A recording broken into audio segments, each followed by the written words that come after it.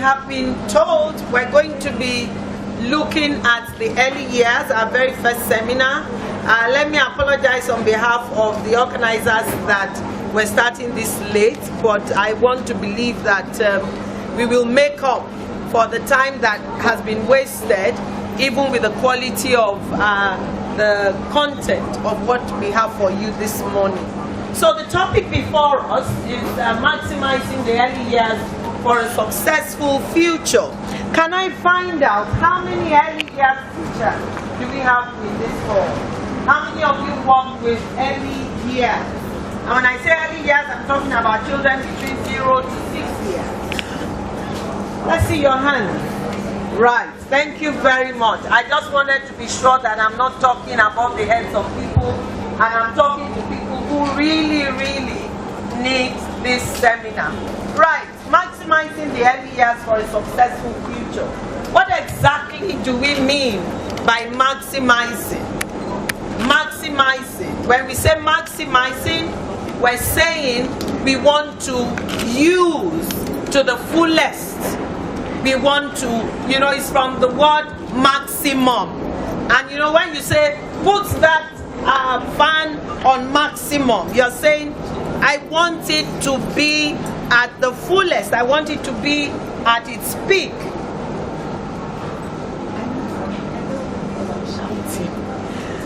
I want it to be at its peak. And so if we're saying maximizing the early years, that means how can we, use the fullness of what the early years gives to us in educating children, such that when we do that, children will have a good foundation for a successful future. How many of you realize that early years is the beginning? It is the very beginning of all education. And as an early years specialist, I always say this wherever I go, and research has proved it, science has proved it, that the early years is the most important level of education. It is the most important. It is like building a house. When you build a house, the part that is most important is not your roof. The part of the house that is most important is not the lintel. It is the foundation. If the foundation of a house is faulty, forget that house. And so early years is the foundation of education. And so with pride, I stand here this morning to say that we are the foundation, that is the early years educators, are the foundation builders, and we are the ones who determine whether the house will stand or not. We are the ones who determine whether the individual will succeed or not, as much as possible. Now, when we talk about the early years, it's important that we define what age range we're talking about, so that there won't be any confusion in the minds of anybody as to the age we're talking about. Because some people can say, oh, early years, is that not the whole of primary section we're talking about, or primary level? Or is it not the whole of elementary level? And so, when we say what age range is early years, it is sometimes referred to as preschool or nursery. A lot of us know it as preschool. We see it in the name of the school. Some people say ABC nursery school. Some others refer to it as reception. We call it different names, reception. Some people say, oh, kindergarten. And a lot of us use that word kindergarten. We don't even know what it means. It's from a German word that really means garden of children. Kinder meaning children, Garten meaning garden in German language. And so kindergarten is simply garden of children. And if we say garden of children, we're saying it is a place where children grow. Because in the garden, things grow. So when you say you run a kindergarten, you should ask yourself, are the children growing? It refers to the period before the age of 6, before or by the age of 6. So we're saying between 0 to 6 years.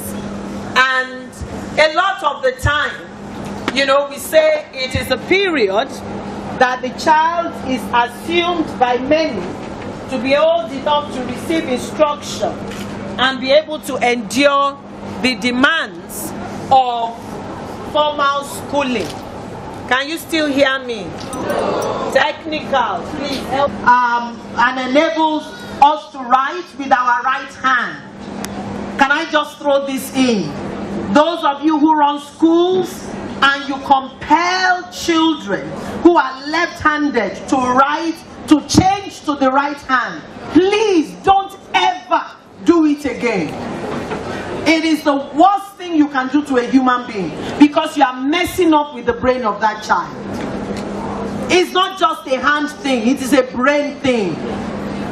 And that is why when you do that, a lot of children that you do that to become lethargic and slow in thinking. You mess with their brain. Don't do it again. Okay, the left side controls the right hand, the right side controls the left hand. And so when you force the child, that is why you see that even those of you who are here, who have been forced to write with your right hand, every other thing you still do it with the left. So it doesn't go away. You are deceiving yourself. It also controls analytical thought. It helps technology. Right hemisphere controls body movement, facial expressions, and so on. This hemisphere uses images rather than words. It deals with graphic language and music. These two hemispheres need to integrate. Can somebody say integrate? Integrate. For the child to have a richer life. Now, what is the essence of this? We're building for a successful future. A lot of the time, we deal with the left hemisphere alone. And we just teach language. The child is able to write, analytical thinking, 1, 2, 3 concepts and all of that. We don't draw. We don't paint. We don't do creativity. And the meaning of that is that we have abandoned one side of the brain. Hello, somebody? Is that sinking? You abandon one side of the brain. You say the child just has to know 1, 2, 3 and ABC. Yes! If you say to the child, this is number 1, are there things that the child will color? Maybe one thing must be there for the child to color. And then there must be times for creativity. That way you are integrating. Even if it is, you know, some sentences. Leave space for the child to draw something. Sing about it. Paint something. Have issue boards in your classroom for the child to paint with paintbrush. That way you are integrating for a richer life, a successful future. Those things are not just, you know, westernized ways of thinking. They are sound principles for the curriculum in, you know, taking into consideration the brain and the development of the child. Quickly, now we've talked about the potential. How then do we do all of this? You know, what do we do with all of the abilities that the young child has? He can think, he has 100,000 brain cells, he can absorb from his environment, you know, he can learn a lot of things by himself without us even teaching, as long as the environment has things for the child to absorb from. What then do we do with all of that? How do we maximize the potentials of the child? How do we ensure that we strengthen the connections in the 100 billion brain cells so that it doesn't get pruned and die from lack of use? How do we lay a solid foundation for a successful educational future, not just academic? Can I repeat that? Not just academic. We concentrate too much on academic matters. to the detriment of other aspects of life. Can I ask you a question? We are teachers and parents in this place. Let me ask you a quick question. Who are the people that are making it in the world today? Entertainers, what are they using? Is it the 1, 2, 3 you taught them in school? What are they using? Creativity. Which side of the brain is that? Some of you wish you were making the kind of money they are making. Who else are the people making it? The athletes, the sports, the footballers. Some of you are sitting here and you are saying, hey, I wish, and I play football, no. If only my mother didn't continue to say, look, baby, that pick your book, go and read. Maybe me too, I would have been rich today. Oh. Which side of the brain are they using? Okay. Who else? The fashion designers, the people you take your money to. The skilled workers, the people who are using their potential, their skill. That is why you and I are just here, making small money. It is not about we should give the child a richer life so that when the child gets to the point where he's going to choose, maybe he would be a Mozart, maybe he would be the Beethoven of this world, maybe he will end up painting and his paintings will sell for £100,000 for one. What matters at the end of the day? What is important at the end of the day? The reason some of us are here and we don't even know some of the potentials we have is because it was only left brain teaching that we were given. And we want to continue like that. I have said this before. Sir, are we on? It's not working. I'm shouting. Help me.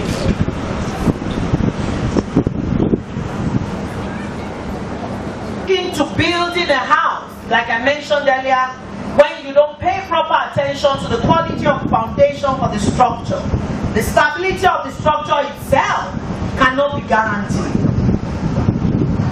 That structure that you are building cannot be guaranteed, and that child is the structure. Builders and engineers will also confirm that the final height of a building can only be determined by the depth of its foundation. How deep is the foundation that you're giving children? Can they build on it? That's the question we need to ask ourselves. Look at this picture. I want somebody who is an early years teacher to tell me what this picture is about. If you're an early years teacher, you must know what this picture is. What story is this? Three little pigs. The big bad wolf and the 3 little pigs. I purposely put this picture up to use it as an illustration. We see the big bad wolf there blowing away. Which house is this now? The straw house. And the question is, what kind of house are you building? That child is the house.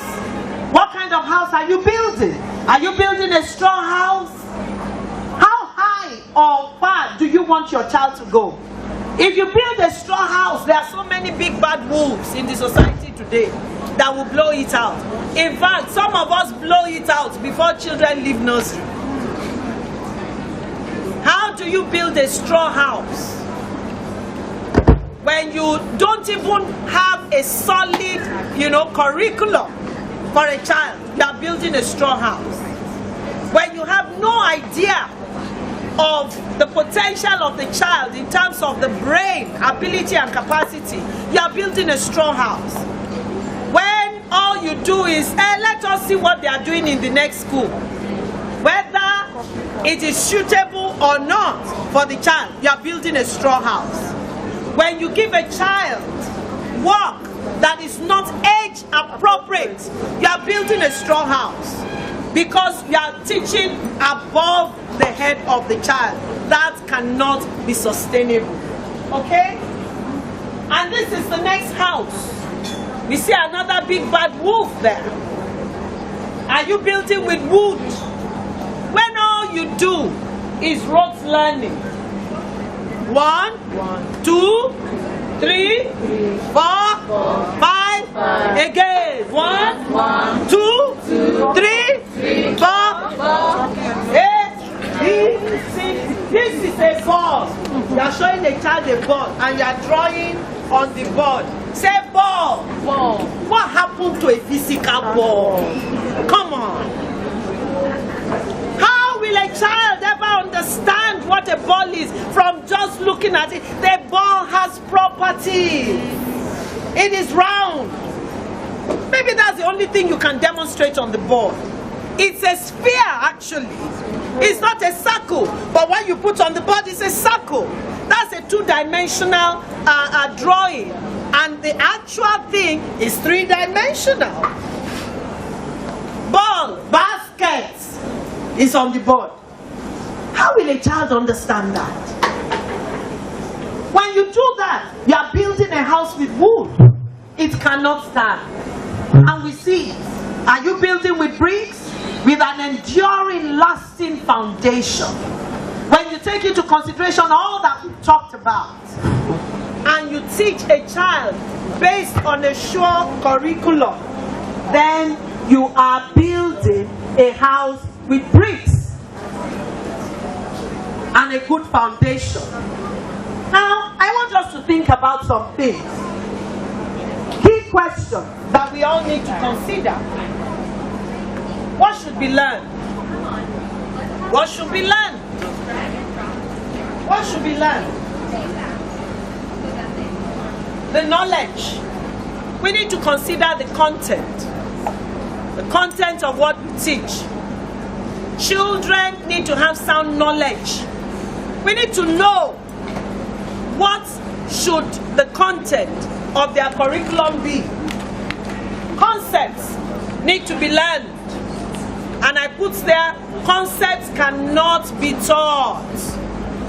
Yes, skills we can teach, but concepts we cannot teach. Can I repeat that? Skills we can teach. What is a skill? Somebody can teach you how to drive. Hello? Somebody can teach you how to drive. But they will only tell you, this is, when you see this is a traffic light.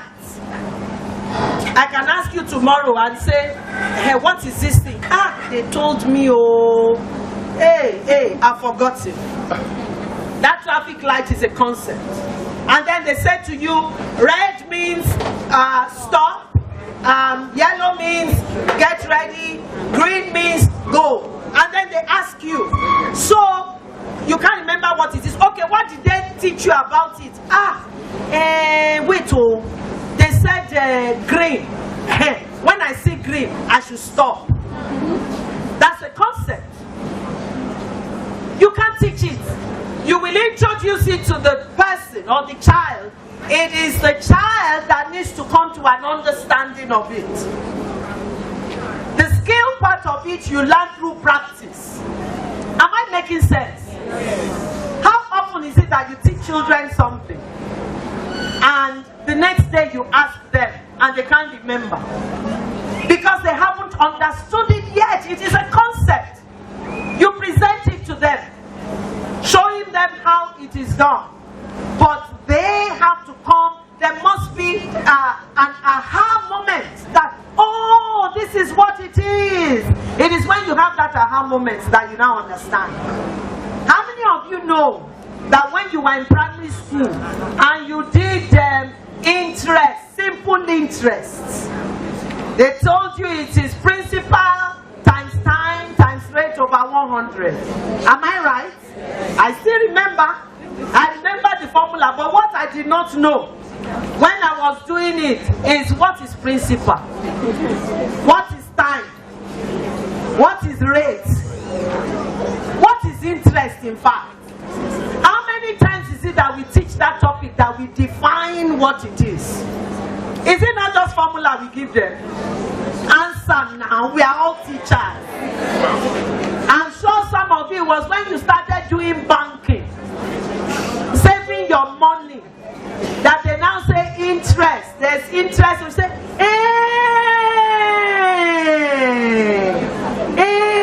interest. We did it. Simple interest and compound interest is when we want to take a loan. That they say we will use compound interest to calculate. Okay, over 100. That is when you understand the concept. Hello, somebody. How many of you have been there before? Be truthful, oh. Some things that they taught you in primary school, your aha moments did not come until you got to university. Meanwhile, the teacher asks you, do you understand? Yes. You see do you see what we do? Yes. And we are there. What should be learned? Disposition, habits of mind. Okay, I skip skills, small bits of behavior that improve with practice. Mathematics, for example, has the concept side of it and has the skill side of it. The skill side is when we make them to memorize the times table. 2 times 1, 2. 2 times 2, 4. 2 times 3, 6 and all. That's why we call it mental math. That's the skill. But there's also the concept part of it. But a lot of us dwell on the skill. And once a child can tell you 2 times 2, 4, 2, that they even sing it, they dance. But give them a word problem. And you say, Ade has 2 pencil cases. In each pencil case, there are 4 pencils. How many pencils does Ade have altogether? No idea. That tells you that the skill aspect has been taken care of, the concept aspect has not been taken care of. Disposition, feelings also need to be learned. And the earlier the better. It is not when a child gets to primary school that you begin to deal with tantrums. Understanding how to empathize, stepping into somebody else's shoes, being considerate of somebody else, showing, courtesy, graceful movement, exercises and all of that. It is when they are young. Some of us start when it is too late. And that is the essence of the early years. Let's move on. When we've talked about what, and now we're talking about when. And now we're talking about developmentally appropriate issue. And there are several theories that we can go through. But we say, at what age do we present certain concepts to children? And if you're an early childhood teacher, you need to know. And I will get there. What age is appropriate to teach some things? There are some things that no matter how you try, some of you start teaching children how to read from age 2. You are wasting your time. They cannot comprehend it. A child that doesn't have full speech, and you say you are teaching phonics, that is why they will come back and you will start all over again. It is because you don't have a solid curriculum. You need to know at what age is, this particular concept appropriate. It all has to do with the brain. The people who, put together and publish some of these books that we condemn and we say, it's too slow. Let's use understanding math 2 for children in nursery 2. We do it. I need a fish. We do it because we teach at skill level. And the children lack understanding. And that is why when they get to primary 4, they begin to struggle with math. In fact, some of them don't even get there because they don't understand on the board. But things, physical, concrete things for them to look at. And at times, can I just say that a lot of us wait and say, well, the school did not buy us the materials. Please, some of the things you need to teach children are regular things in your house that you can even bring to the school and teach by yourself. They are regular things that you can use. Thank you. Thank you. Children need to experience curriculum in depth. You need to use a thematic approach. Look at all areas. Don't do a Jack-in-the-box curriculum. Wrap all your things around, you know, the topic that you are teaching. Look at all areas. Let's look at an example. It says the more you cover, the less you master. The more you master, the less you cover. Can I repeat that? The more you cover, the less you master. A lot of us are in a hurry to finish the syllabus, finish the scheme of work, but the children are not learning anything. They're not mastering anything. Meanwhile, mastery is what we need for a successful future. How then do we build for a successful future? I'll run through this quickly because of our time. By having a sound knowledge of child development. And what is that? What exactly is that? We know it's a set of beliefs. It tells us how children develop. What age are they able to do certain things? Every early childhood teacher must have a knowledge, a sound knowledge of child development. You must have it at the back of your hands like this. You must know it. Without it, you cannot succeed in terms of work with young children. Our content, what we teach in the classroom, if we want children to succeed for the future, must reflect all areas of development. They must be physical, they must be social, emotional, or social and emotional. They must be intellectual. Under that intellectual, we look at language and cognitive as well. So there must be all these areas embedded in your curriculum. It is not just academics. Social aspects have to be in your curriculum. How do children, you know, how do they bond with each other? How do they relate with each other? And this is what it looks like. This is an overview that I put together for this. Child development is right there in the middle. We see intellectual, broken down into cognitive, language. We see physical. We see gross motor skills, fine motor skills right there. We see social. There's socialization, relationships, peer group, role play, gender role, stereotyping. There's emotional. Under that, there's love, affection, encouragement, praise, a secure environment, consistency of care. And look at this. A lot of us focus on academics, even under intellectual. But intellectual is much more than academics. You can see here that there's no maths, there's no English, there's no social studies, they are all embedded here. Problem solving. And we're not talking about maths word problems. Imagination. How do you foster a child's imagination and creativity? Hello. Hello. Hello. Hello. Sorry. Language. Hello. And there are stages for us to see. Hello. Hello. Okay? Factors affecting language, talking to children, concentration, memory span, you know, understanding concepts, not presenting concepts, understanding it. So this is what a curriculum should revolve around. This is child development. So it is not just number work and letter work. Every area should be taken care of. Let's move on. Hello. 2, very quickly, by preparing children for preschool. We've talked about concepts. We present concepts to children using concrete materials. A concept is an abstract thing. It is abstract. So you have to bring it down to the level of the child and present concrete things for the child to be able to understand.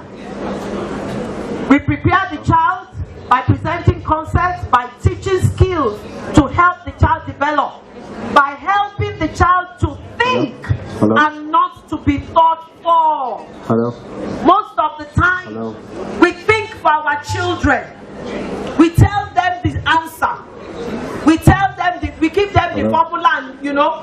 don't even think by themselves.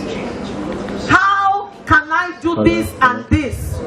If I pose a question to my young children and I say, oh, I want to put these 2 sheets of paper together, but I don't have glue. So what can we use? The children will begin to think and tell me that we can use pin, we can use stapler, we can use pits. They will tell you, oh, I've seen my mommy put a bow, a milk, but you see, we don't let them come up with answers. And then we say, let's try it and see whether it will work. That is learning. Okay? By making children independent of us. Make your children independent of you. That is how they can learn by themselves. A lot of the time as parents, they give children homework, we are the ones who do it, or the lesson teacher will do it. They're not independent. Your 4-year-old cannot dress himself up. That is the essence of preschool, and you want that 4-year-old to go to primary 1. We do that. We have 4-year-olds in primary 1. Oh, they say 4-year-olds are in primary 6. I'm hearing that. Oh, okay. 6-year-olds that cannot dress up themselves. That is absurd. By the age of 2, maximum 3, a child should be able to dress up. That is what you are supposed to do in preschool. That's why it is before school. So that by the time the child is in primary 1, he is able to sit by himself, write by himself, organize himself, go to the bathroom by himself. That is the essence of preschool. But we concentrate on academics only. Let's move on quickly. It enhances the children's self-esteem. It prepares children to handle failure and stress. Because they are independent. They can handle when things don't go well. It gives them the opportunity to make their choices. By planning age and stage appropriate activity. Don't teach children above what they can handle. It will look like they understand, but truly, trust me, they don't. You are just teaching skills. Okay? We need to understand, the unique characteristics of each child. By providing and inviting an enabling environment. Some of us, if we get into our nursery classrooms, in fact, even we ourselves don't want to sit there. The child absorbs from the environment. If that nursery classroom is untidy, believe me, you are raising a very disorganized child for failure in the future. This is a quote by Einstein. He says, I never teach my pupils. Never teach. I only attempt to provide the conditions in which they can learn. A good environment, an enabling environment, an environment that will teach by itself without you even teaching the child something. I think this is second to the last. By realizing you are a role model, the children learn a lot from you. So don't do what you tell them not to do. It is not a case of do as I say, not as I do. If you are teaching them and you pick your phone, hello, I'm teaching, I'm coming, you hear? Don't mind me. Oh, my sister, I'm coming. When I finish it, where were we? Believe me, your children will do that. You are teaching them something. They deserve to have knowledgeable adults who know what they are doing. Seek to be knowledgeable. Seek training.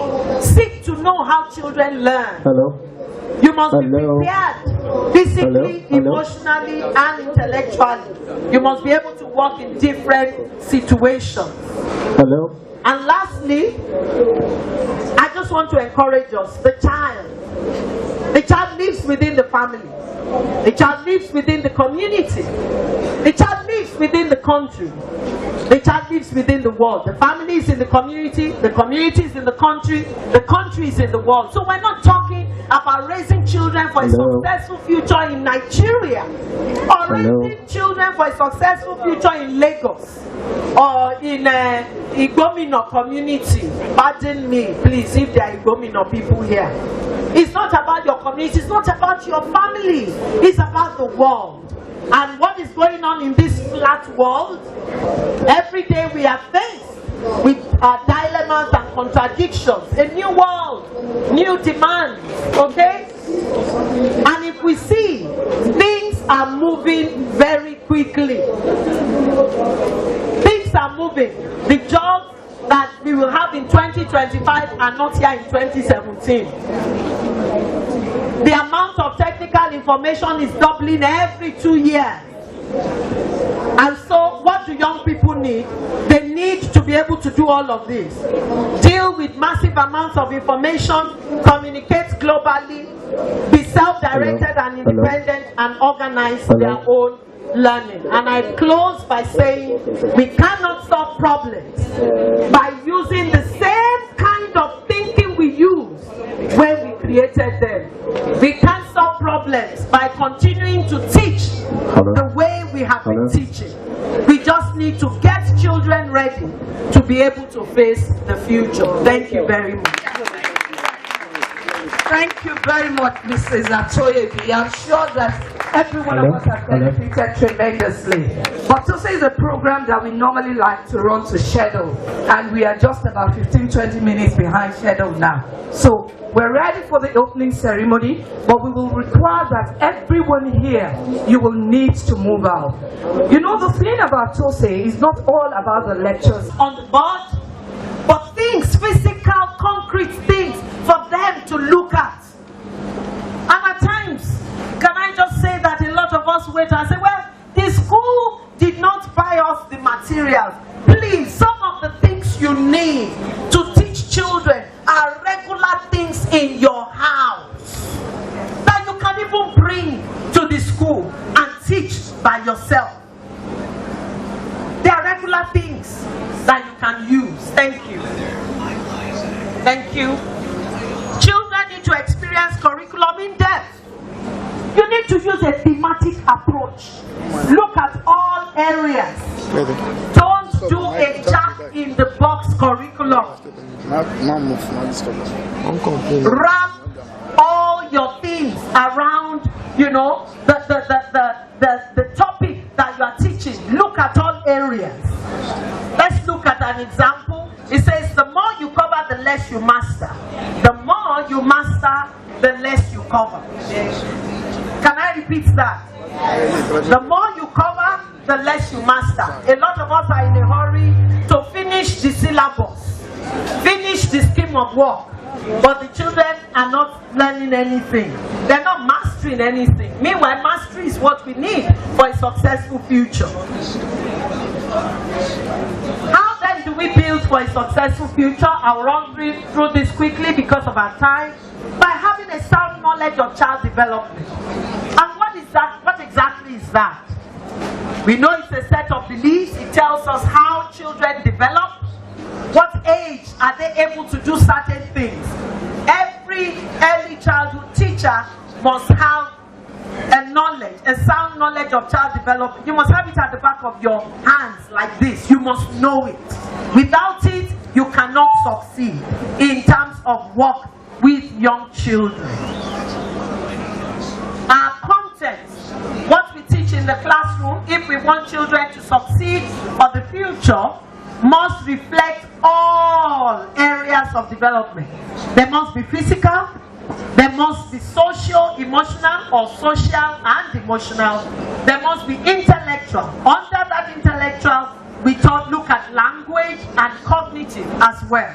So there must be all these areas embedded in your curriculum. It is not just academics. Social aspects have to be in your curriculum. How do children, you know, how do they bond with each other? How do they relate with each other? And this is what it looks like. This is an overview that I put together for this. Child development is right there in the middle. We see intellectual, broken down into cognitive, language. We see physical. We see gross motor skills, fine motor skills right there. We see social. There's socialization, relationships, peer group, role play, gender role, stereotyping. There's emotional. Under that that there's love, affection, encouragement, praise, a secure environment, consistency on here. And look at it. A lot of us focus on academics, even under intellectual. But intellectual is much more than academics. You can see here that there's no maths. A lot of